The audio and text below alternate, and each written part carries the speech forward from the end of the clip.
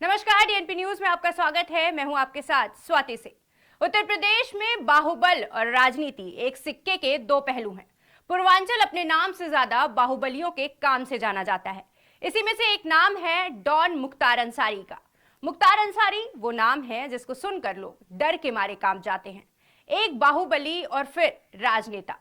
30 साल तक राजनीतिक गलियारे में मुख्तार अंसारी का दबदबा कायम रहा है, लेकिन सूबे में योगी सरकार के आते ही मुख्तार का बनाया महल देखते ही देखते धराशाही हो गया है।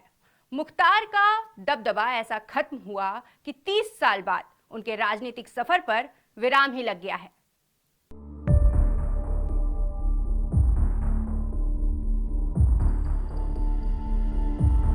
कहते हैं पूर्वांचल राजनेताओं के नाम से ज्यादा बाहुबलियों के नाम से विख्यात है। पूर्वांचल में अतीक अहमद से लेकर मुख्तार अंसारी ऐसे नाम रहे जिन्होंने आतंक के साथ साथ सियासी गलियारे में भी अपनी पकड़ बनाकर रखी। आज बात मुख्तार अंसारी की।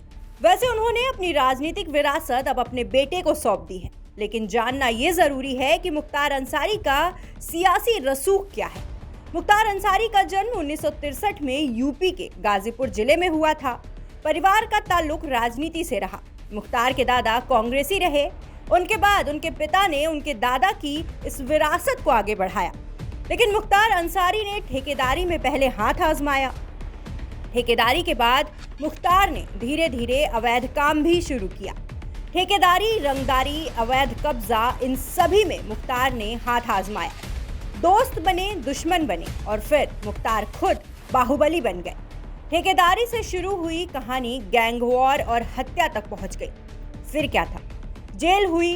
फिर आया साल 1995 का, जब बीएचयू की स्टूडेंट यूनियन के जरिए मुख्तार अंसारी ने राजनीति में एंट्री ली। ये एंट्री ऐसी हुई कि आने वाले 30 साल में मुख्तार अंसारी बाहुबली से राजनेता बन गए। जी हाँ, उन्होंने बसपा के एक उम्मीदवार के रूप में अपना पहला विधानसभा चुनाव जीता। साल 2009 में मुख्तार के सामने बीजेपी के कद्दावर नेता मुरली मनोहर जोशी खड़े थे। चुनाव हुए, जीते तो मुरली मनोहर जोशी, लेकिन सबकी नजरों में छाए मुख्तार अंसारी, क्योंकि जीत का जो अंतर था वो काफी कम था। उसके बाद साल 2012 का विधानसभा चुनाव आया। इस बार मुख्तार ने मऊ विधानसभा जीत ली।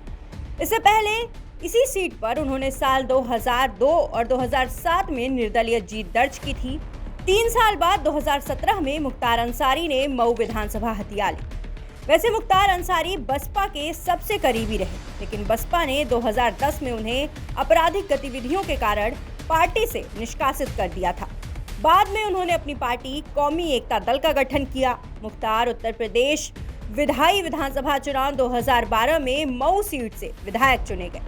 2017 में बसपा के साथ कौमी एकता दल का विलय कर दिया गया और बसपा उम्मीदवार के रूप में विधानसभा चुनाव में 5वीं बार विधायक के रूप में मुख्तार अंसारी जीते। मुख्तार अंसारी ऐसा राजनीतिक चेहरा हो गए थे जो यूपी की सियासत को हिलाने का बूता रखते थे। सभी राजनीतिक दलों में उनकी मांग बढ़ गई। वो चेहरा जिसके लिए सभी राजनीतिक दलों ने अपनी राहें खोल दी थी। मऊ मुख्तार अंसारी का गढ़ है। इस मऊ सदर विधानसभा सीट पर 1996 से साल 2017 तक मुख्तार अंसारी का कब्जा रहा और अब उन्होंने अपने इस विरासत को अपने बेटे को सौंप दिया है। मुख्तार अंसारी के बेटे अब्बास अंसारी साल 2022 में पिता की जगह चुनावी मैदान में हैं। अब्बास अंसारी ने सोमवार को मऊ सदर सीट से सुहेलदेव भारतीय समाज पार्टी के उम्मीदवार के रूप में अपना नामांकन किया है। अब्बास के नामांकन के साथ ही मुख्तार अंसारी के चुनाव लड़ने की अटकलों पर विराम लग गया है। वैसे बता दें कि अब्बास अंसारी साल 2017 का विधानसभा चुनाव हार चुके हैं। जी हाँ, अब्बास अंसारी ने साल 2017 का विधानसभा चुनाव बहुजन समाज पार्टी के टिकट पर मऊ जिले की ही घोसी विधानसभा सीट से लड़ा था। इस चुनाव में उन्हें हार का सामना करना पड़ा था। अब अब्बास अंसारी के कंधों पर अपने पिता मुख्तार अंसारी की राजनीतिक विरासत को आगे बढ़ाने की जिम्मेदारी है। मऊ से उनके नामांकन के बाद साफ हो गया है कि अब मुख्तार अंसारी ने 30 साल के अपने राजनीतिक सफर पर विराम लगा दिया है। अब पूर्वांचल के इस बाहुबली नेता के सियासी सफर पर पूर्ण विराम लग चुका है।